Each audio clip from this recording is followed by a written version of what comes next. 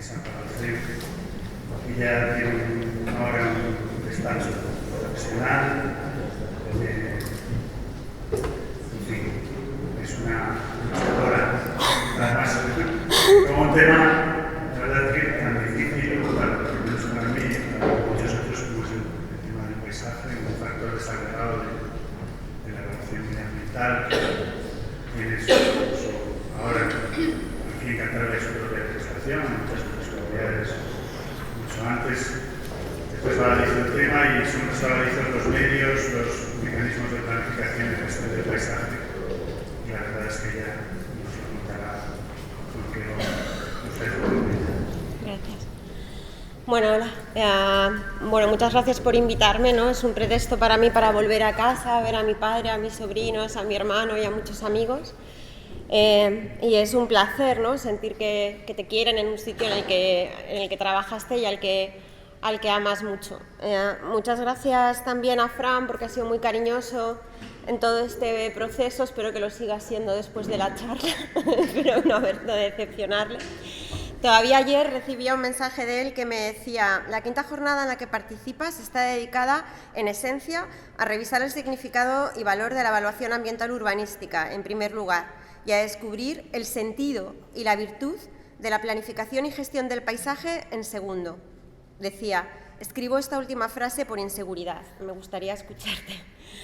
Y yo de lo que os voy a hablar es de todas mis inseguridades. Lo que voy a hacer es compartirlas con vosotros. No es una charla dogmática, sé que luego hay una mesa redonda, pero os pediría que me interrumpierais todas las veces que quisierais. Son solamente las reflexiones de las cosas que desde hace más o menos 2 años y medio me importan, en las que estoy trabajando con mucha intensidad en la universidad, en el despacho y en una tesis doctoral que espero que se acabe ya, por fin.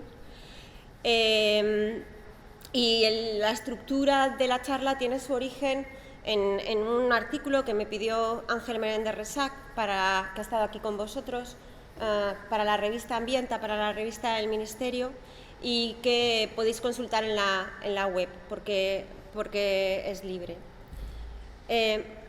La charla se llama Paisaje y sostenibilidad, desmontando mitos y paradojas, porque me parece que paisaje, sostenibilidad, son como dos conceptos que están rodeándonos, de los que todo el mundo habla, a los que todo el mundo se apunta, pero no sé muy bien si sabemos de qué estamos hablando, ¿no?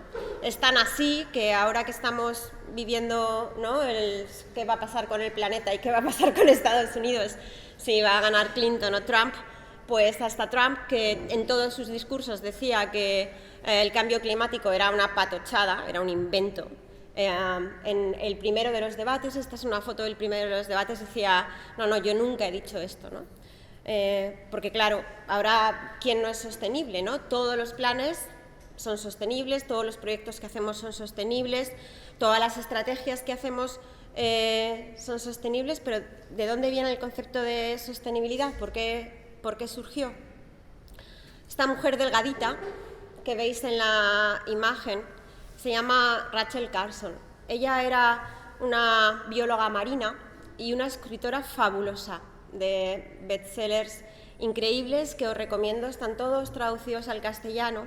Los 2 primeros de ellos, muy bellos, El mar alrededor de nosotros y La era del mar, de los océanos, fueron uno de los libros más vendidos en su época. Estamos hablando del principio de los años 60, el principio del movimiento ecologista. Bueno, yo creo que desde Darwin y el origen de las especies hasta una verdad incómoda, ¿no? Probablemente hayan sido los textos medioambientales y de ecología más vendidos. Pero en 1962 Rachel Carson empezó una cruzada brutal contra las industrias químicas y en concreto contra los pesticidas. Ella misma sufría de cáncer de mama. Y bueno, todos habéis visto Ellen Brockovich, seguro, ¿no? Pues Ellen Brockovich fue una seguidora de Rachel Carson. Ella lideró, como os digo, la lucha ecologista y en 1962 publicó un libro que se llama Silent Spring, una primavera silenciosa. En ese libro ella empezaba a formular la necesidad de repensar la relación de los humanos con los no humanos, la relación entre el desarrollo y los efectos en el medio ambiente.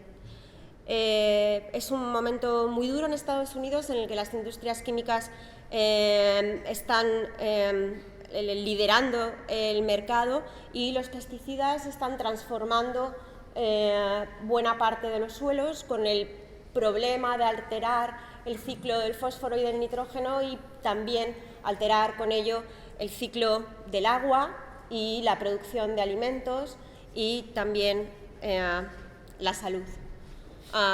No es que yo sea una friki del ecologismo, este es un cómic de los de Mafalda que leíamos todos, pues hasta los cómics de Mafalda hablaban de Rachel Carson, ¿no? En este cómic dice Rachel Carson decía que cuando la luna, nuestra luna había nacido, no había océanos en la Tierra, y le dicen, pero Rachel Carson está en la sopa, ¿no? Y ella dice, bueno, las chicas necesitamos nuestras heroínas también, ¿no?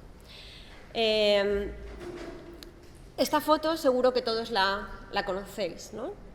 Es una foto emblemática, es la foto sacada, la Tierra vista por el Apolo 17 en 1972, la primera vez que tomamos conciencia de que la naturaleza y el hombre no están separados, sino que formamos todos parte de un sistema más amplio, ¿no? Ese es el mismo año que tiene lugar la primera cumbre de la Tierra. Hablaba antes Santiago del concepto de desarrollo sostenible que había surgido fruto de la Convención de Río de Janeiro de 1992. Es verdad, esa fue la cumbre que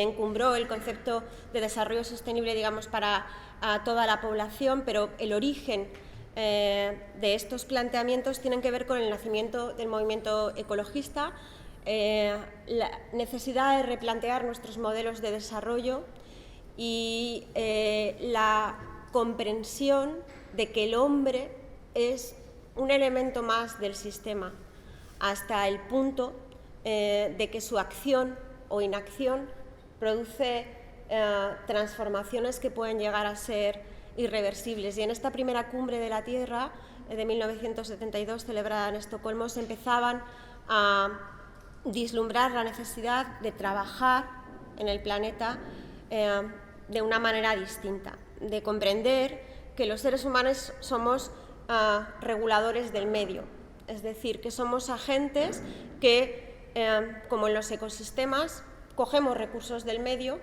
en principio, para devolverle al medio una función que el propio medio necesita. En 1986, solo unos años más tarde, por primera vez el planeta alcanza, según los estudiosos, un momento, digamos, de límite, ¿no? La capacidad de regenerar los recursos que consumimos se ha sobrepasado. Es lo que muchos que conocemos como huella ecológica, pero el planeta entra en déficit. Y es en 1987, solo un año más tarde, cuando se publica el informe Brundtland por la ministra noruega, liderado por la ministra noruega Gro Harlem, con el título Our Common Future, nuestro futuro común, que básicamente lo que viene a hacer es intentar defender que se pueden realizar políticas de sostenibilidad mediante las cuales garanticemos las necesidades del presente sin comprometer la capacidad de las generaciones futuras. Habría que preguntarse cómo, ¿no? Si desde un año antes el planeta ya había entrado en déficit, ¿no? ¿Cómo es posible un desarrollo sostenible? hasta qué punto ese informe no estaba dando cobertura o sirviendo de reacción, de paraguas, a la dura crisis ecológica que estaba surgiendo y que estaba en los medios de comunicación y que hacía latir a otra parte de la sociedad. Como comentaba Santiago, la cumbre de Río de Janeiro de 1992 es ya la que consagra el concepto de desarrollo sostenible, ¿no? Se consagra como un nuevo paradigma que nos permita continuar mejorando la calidad de vida de las poblaciones sin destruir el medio ambiente. Es un poco raro también, porque en ese mismo año, en 1992, Andrew Redkin publica un libro, El calentamiento global, comprensión de la provisión, en el que por primera vez define el término de antropoceno, lo llamó él. Luego fue el premio Nobel de Química Paul Crutzen quien en el año 2000 definitivamente acuñó el término como antropoceno. Pero básicamente lo que vienen a definir tanto Redkin como Crutzen y ahora ya casi todos los científicos es que vivimos en una era distinta, en el antropoceno, una era que nadie sabe cuándo ha empezado, más o menos desde la revolución industrial, más o menos lentamente, en la cual la cantidad de transformaciones que el ser humano ha realizado en el entorno han sido mucho más fuertes que las propias dinámicas de la Tierra. Así que ahora es el hombre el que mueve el planeta y no el planeta el que se mueve solo. Pensar que habitamos en el antropoceno debería llevar consigo una manera de proyectar, de diseñar, de pensar en las ciudades o en nuestros entornos de una manera diferente. Cuando se realizó la cumbre de Río de 1992, había 350 definiciones de desarrollo sostenible. El año pasado, cuando en Francia, de manera tan exitosa y feliz, se firmó el COP21, había ya 1 millón de definiciones de desarrollo sostenible. Lo que pone de manifiesto eso es que la sostenibilidad es un concepto muy débil. Básicamente por la incompatibilidad de los dos términos desde su nacimiento, desarrollo y sostenible. Lo segundo, por la falta de anclaje en un contexto global. Es decir, ¿qué significa la sostenibilidad estando en el antropoceno?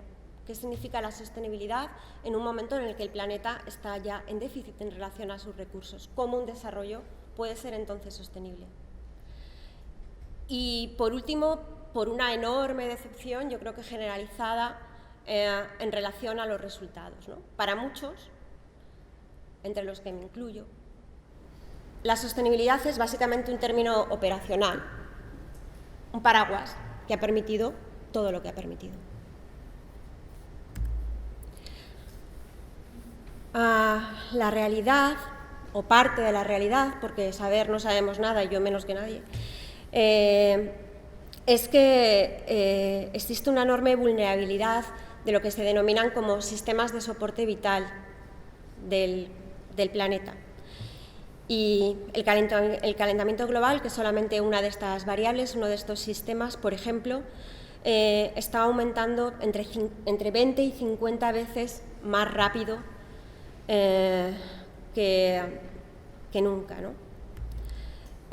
¿Cómo se puede medir la sostenibilidad entonces?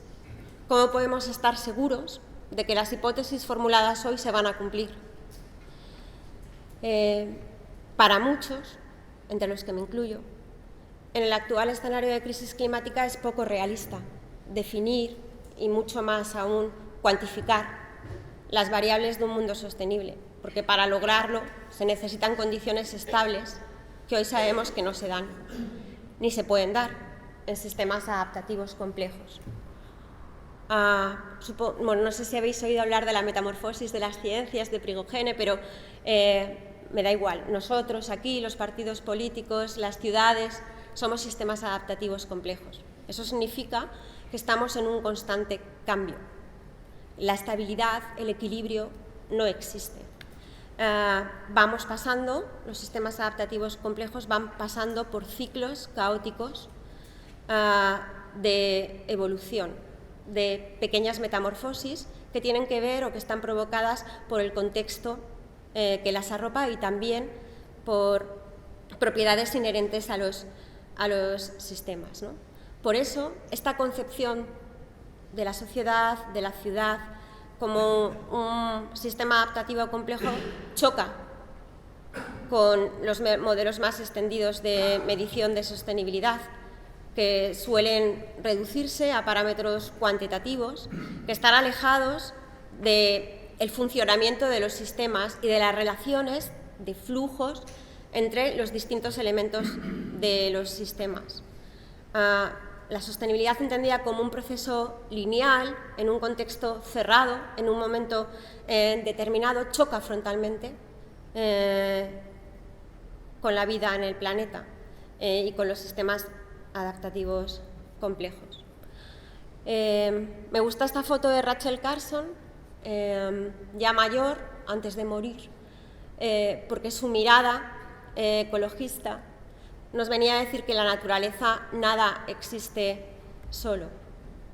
Es decir, que en la naturaleza, en el planeta, todo está cambiando, los sistemas son abiertos, están interrelacionados, no hay una progresión lineal y por lo tanto es muy difícil predecir qué es lo que va a pasar, con alternativas o sin alternativas. ¿Quién se atreve a decir qué va a pasar?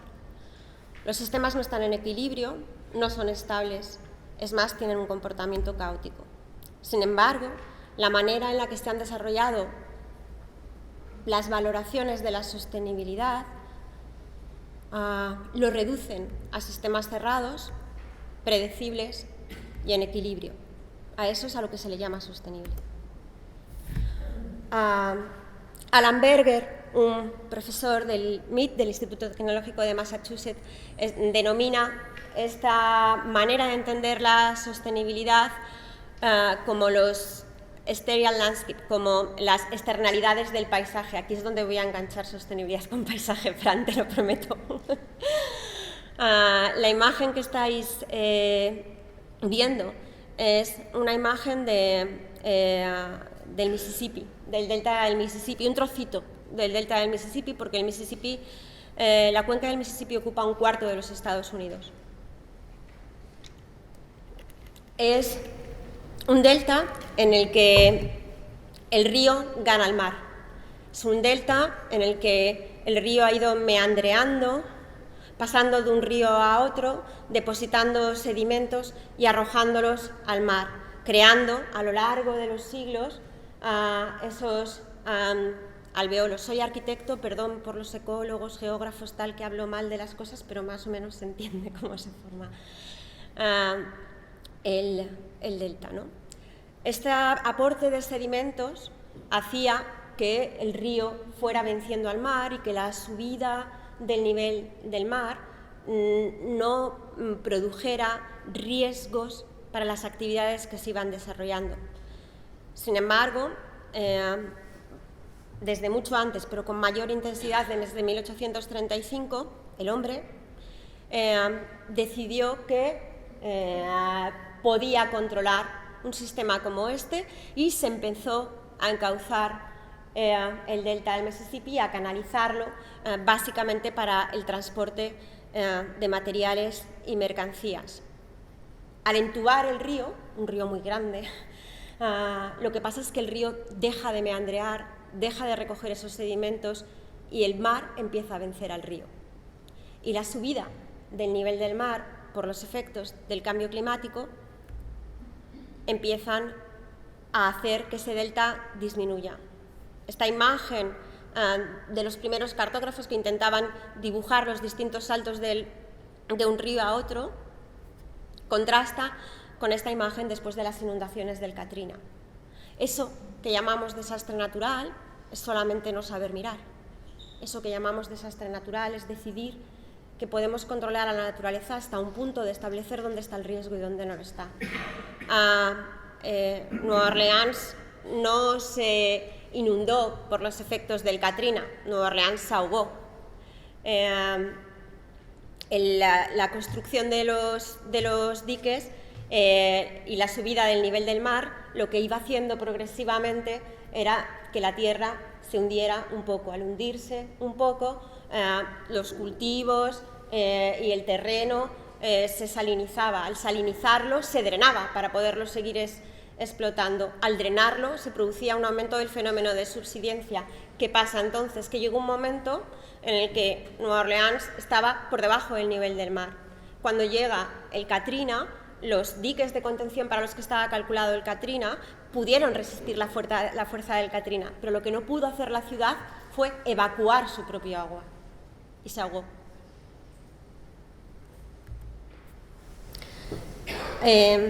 José Manuel Naredo, un economista de la ecología en este país, ¿no? Una de estas grandes figuras que han alumbrado este siglo en España, dice de la sostenibilidad que la grave indefinición con la que se maneja este término empuja a hacer que las buenas intenciones que lo informan se queden en meros gestos en el vacío, sin que apenas contribuyan a reconvertir la sociedad industrial sobre bases más sostenibles.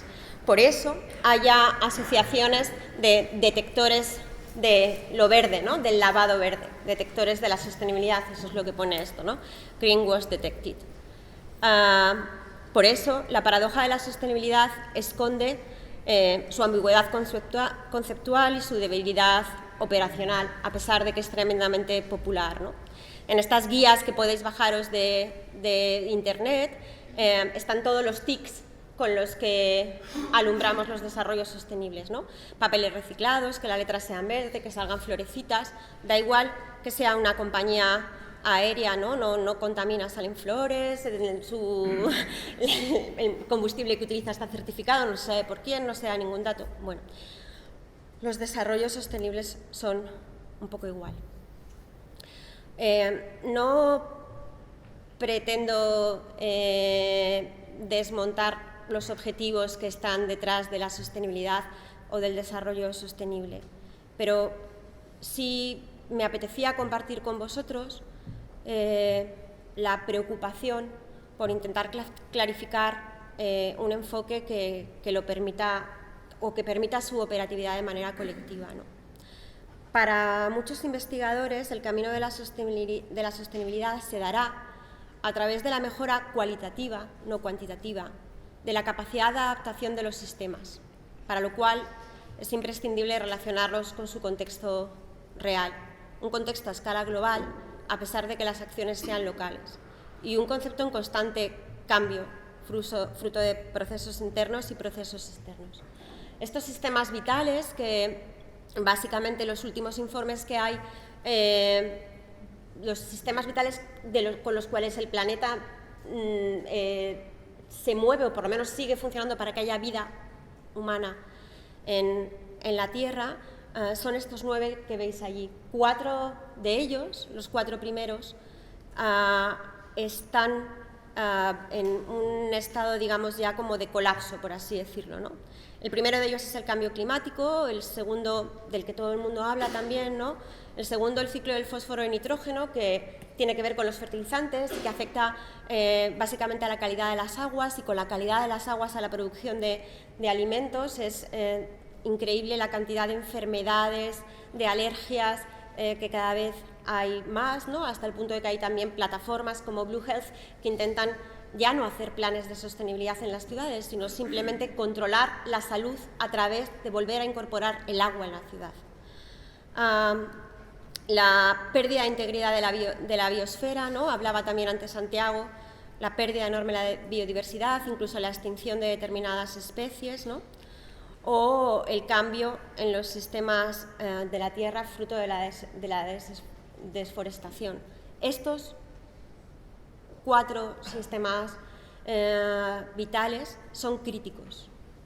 Cualquier acción o inacción debería estar referida a ellos, de sostenibilidad o de lo que quiera llamarse.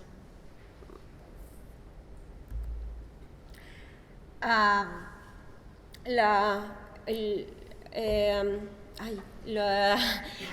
último informe de las Naciones Unidas empezaba ya a cambiar de rumbo. El título del 2012 ya era Resilient People, Resilient Planet, a Future Worth Choosing. Gente resiliente, un planeta resiliente, un futuro que merece la pena escoger.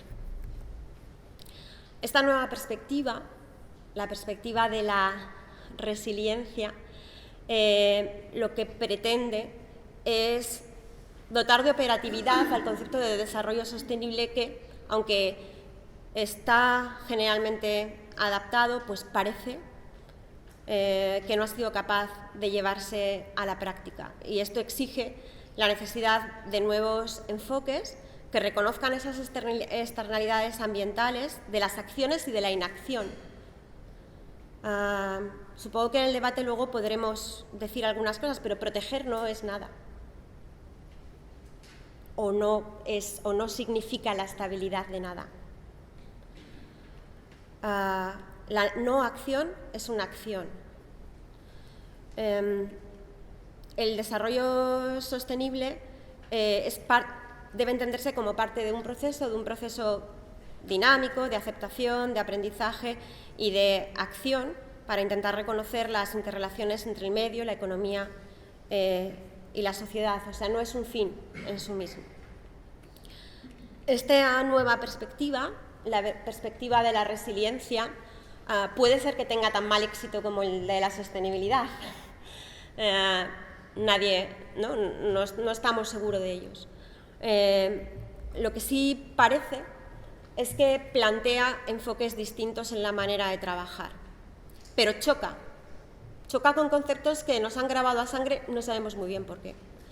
En principio, el concepto de resiliencia, que tiene que ver con la capacidad de un sistema para adaptarse a las transformaciones o a las perturbaciones sin perder sustancialmente su estructura, y que por lo tanto lleva inherente el cambio,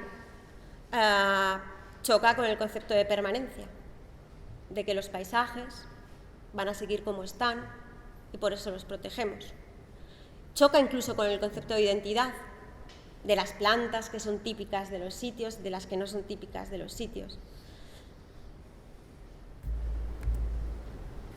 Os voy a poner 3 ejemplos en los cuales yo creo que es más fácil aceptar el concepto de resiliencia en unos más que en otros. A ver si nos vamos acercando a lo que os quiero contar. Voy a acabar súper rápido, En este caso es muy fácil. Cambiar la identidad de un paisaje y transformarlo. Esto es Freskills Park, Staten Island. Ahí veis la isla de Manhattan, el vertedero más grande de los Estados Unidos, que había permanecido abierto durante 50 años, me parece que desde 1948, y que el que fuera un vertedero lo que había hecho es proteger un territorio, proteger un vacío, no un territorio. Digamos que todo el proceso de suburbanización del entorno de la ciudad de Nueva York había colmatado todo el territorio, apenas quedan dejando espacios vacantes. Freskills Park, este vertedero, estaba situado en una antigua zona de marisma y de humedales, de las más productivas y de las de mayor biodiversidad del entorno. Cuando se decide cerrar Freskills Park para su restauración ambiental, se convoca un concurso de ideas. Un concurso de ideas que gana el estudio Field Operations liderado por James Corner,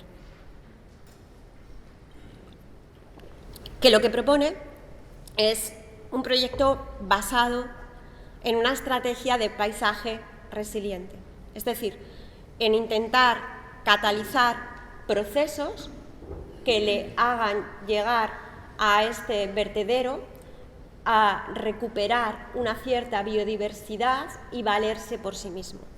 Un parque de esta naturaleza no se puede diseñar como un jardín con especies y saber cómo va a acabar, no es un parque, es un proceso, es una estrategia de vida. De hecho, él lo llama Life Escape.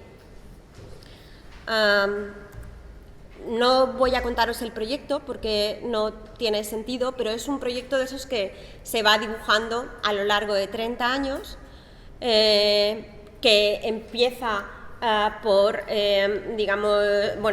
por compactar todas las tierras, sellarlas, sacar los gases, hacer unos movimientos de tierra y sembrar. Porque la agricultura es la mejor manera de iniciar procesos de recuperación de la calidad de las tierras. Se empieza a sembrar, se hacen experimentos de siembra distintos para ver qué especies pueden aguantar o no, da igual que sean del sitio, con que aguanten y sobrevivan y tiren de eso. Repoblar con especies autóctonas estaría fuera de lugar en Fresh Kills Park. Y poco a poco, a lo largo de los 30 años, se inicia una sucesión ecológica que lleva a este paisaje a un estado de resiliencia, es decir, de capacidad de sobrevivir sin un aporte potente de energía ni de gestión. Pero es más, Fresh Kills Park funciona como una enorme esponja a las puertas de Manhattan. Por eso, cuando llegó el huracán Sandy, la ciudad de Nueva York no sufrió todo lo que tenía que haber sufrido, porque Fresh Kills Park, que ya había, esta es una foto desde Fresh Kills de Manhattan, ya había empezado a funcionar y fue capaz de absorber la energía de las olas, de funcionar como una esponja y de aminorar el impacto en la ciudad.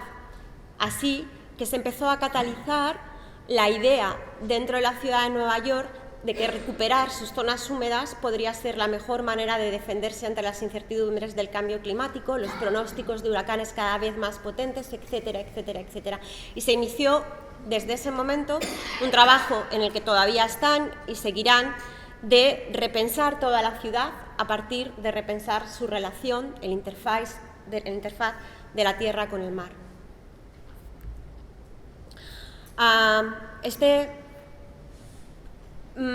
paisaje resiliente sería más dudoso de aceptar, porque ya el sitio no está destrozado, ¿no? Parece que en un vertedero, en tal, no importaría tanto. Pero en este caso este es un trabajo con los alumnos de la Universidad de Pensilvania, que realicé durante mi estancia en Estados Unidos hace un año, y trabajamos en la costa de Galicia, en varios emplazamientos. Esto es en la zona de Cambados, en principio intentando trabajar con las cuestiones que tienen que ver con el cambio climático, la subida del nivel del mar, la calidad de las aguas, etcétera, etcétera.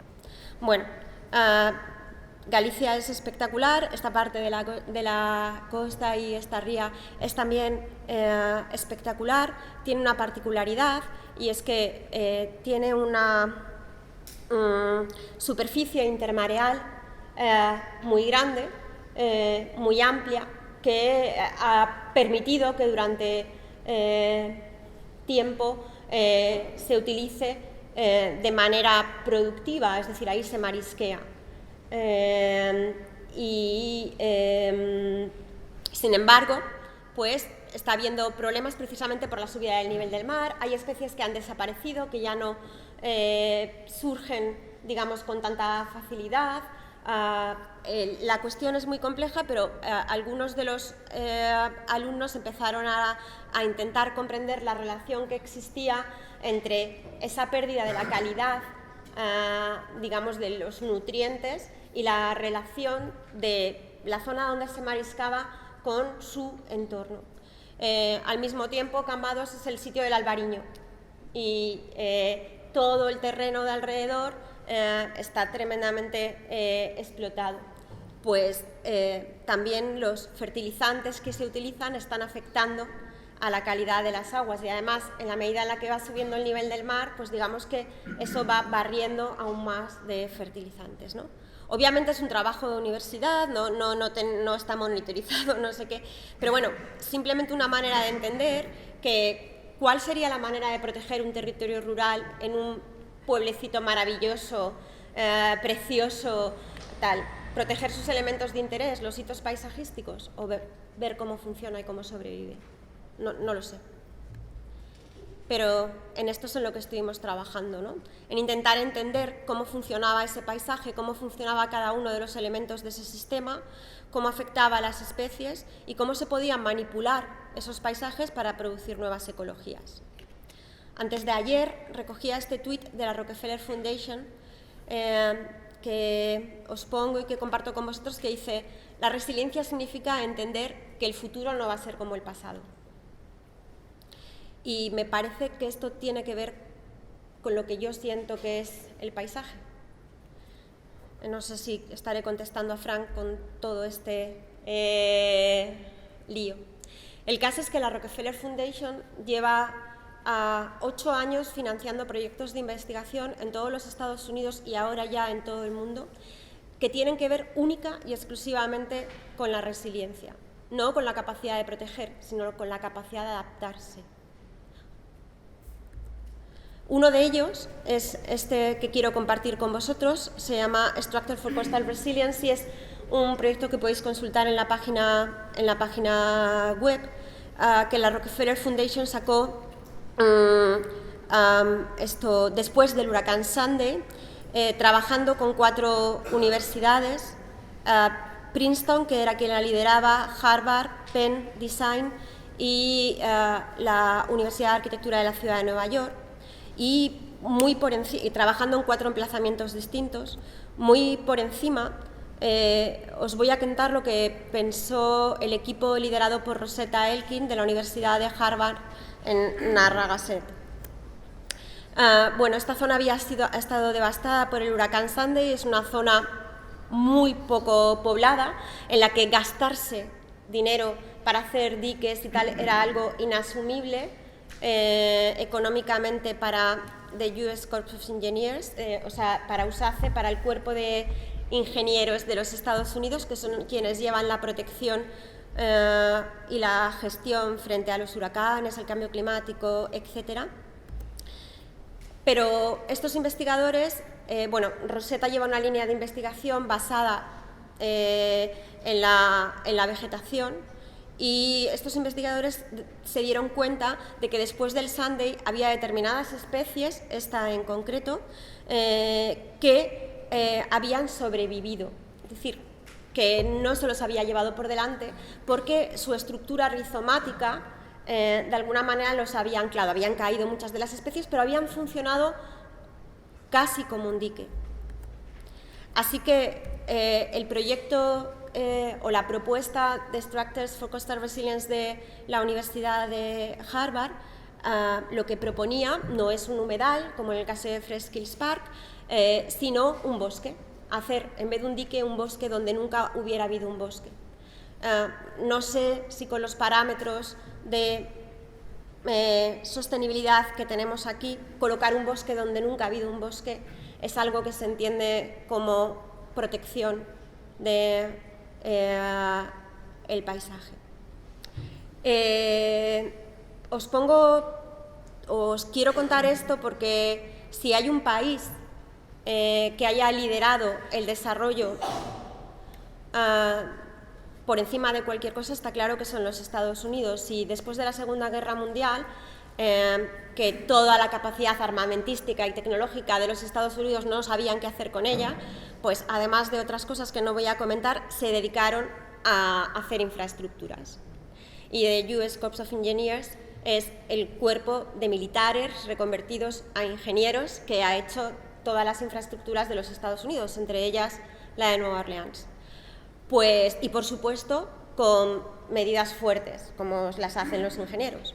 Pues ahora mismo están repensando con la Rockefeller Foundation, con The Rebuild by Design y con diferentes aportaciones de distintas universidades y patrones, están repensando la manera de construir. Se están cambiando las normativas a nivel nacional para incorporar lo que llaman Natural Based Features, para incorporar medidas de protección o adaptación al cambio climático basadas en ciberpaisajes, es decir, en utilizar los procesos naturales de la ecología para catalizar ecologías antrópicas, pero resilientes. Es lo que ellos han venido a denominar, fallo seguro. Es decir, si tú colocas un dique, lo mismo está haciendo Holanda. Este es un pequeño rollo de mi tesis doctoral, pero acabo ya. En vez de pensar que con un dique nos podemos proteger, que el ámbito de afección de lo que hacemos llega a no sé dónde, pues lo que piensan es que las cosas van a fallar, que es impredecible, pero que si pasan es mejor tener algo que lo atenúe. Por una parte, porque lo hace visible, es decir, uno percibe con estas marismas cómo va subiendo el nivel del mar, o con estos bosques, cómo se van inundando. Con un dique tú no ves nada, no sabes nada, estás seguro, por eso cuando viene un temporal muere no sé cuánta gente, ¿no? De esta manera se recupera la relación con el medio y hay además unos programas muy fuertes de participación para incorporar a la sociedad en la gestión de estos territorios. Por supuesto, se generan ecológicamente entornos de mayor calidad para la salud, pero también en el caso de que fallen, al menos aminoran todos los impactos de estos fenómenos meteorológicos, ¿no?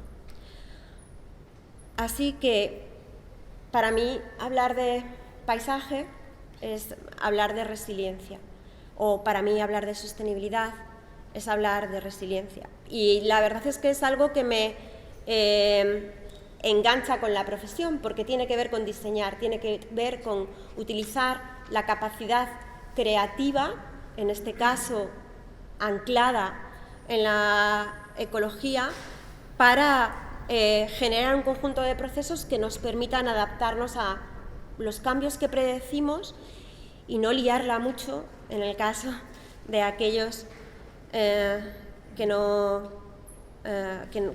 conocemos aún, ¿no? Hace solo unos meses, Yediad Purdi publicaba un libro que os recomiendo. Este no está traducido al inglés, se llama After Nature, que hablaba de cómo debía ser la política, y habla de paisaje, en el antropoceno, ¿no? Y diferenciaba 4 tipos de paisaje que en el fondo definen 200 años de pensamiento sobre el paisaje. El primero es el paisaje providencial, falta una P, perdonadme, que es ese paisaje de los colonos americanos, ¿no? El paisaje en el cual el paisaje es visto como un recurso, llego, cojo todo lo que puedo de ese recurso y me voy, el paisaje providencial.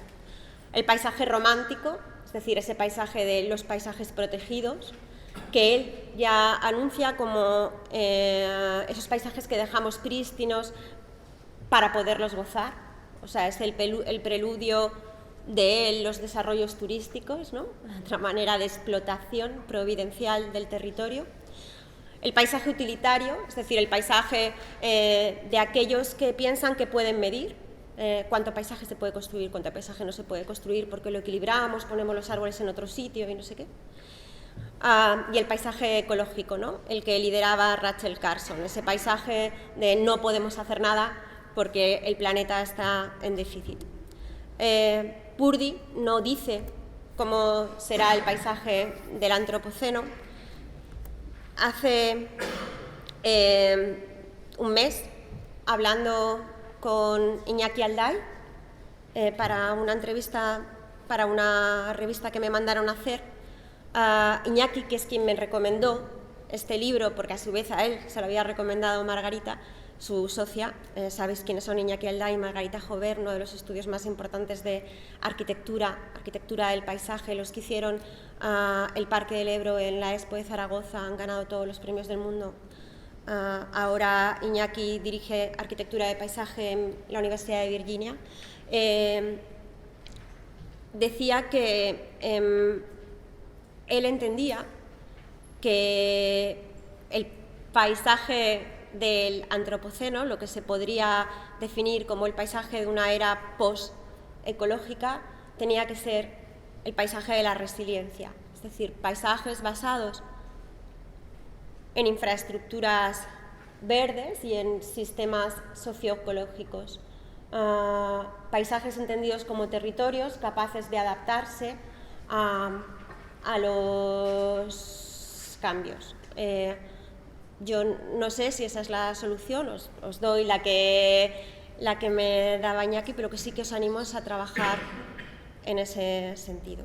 Gracias.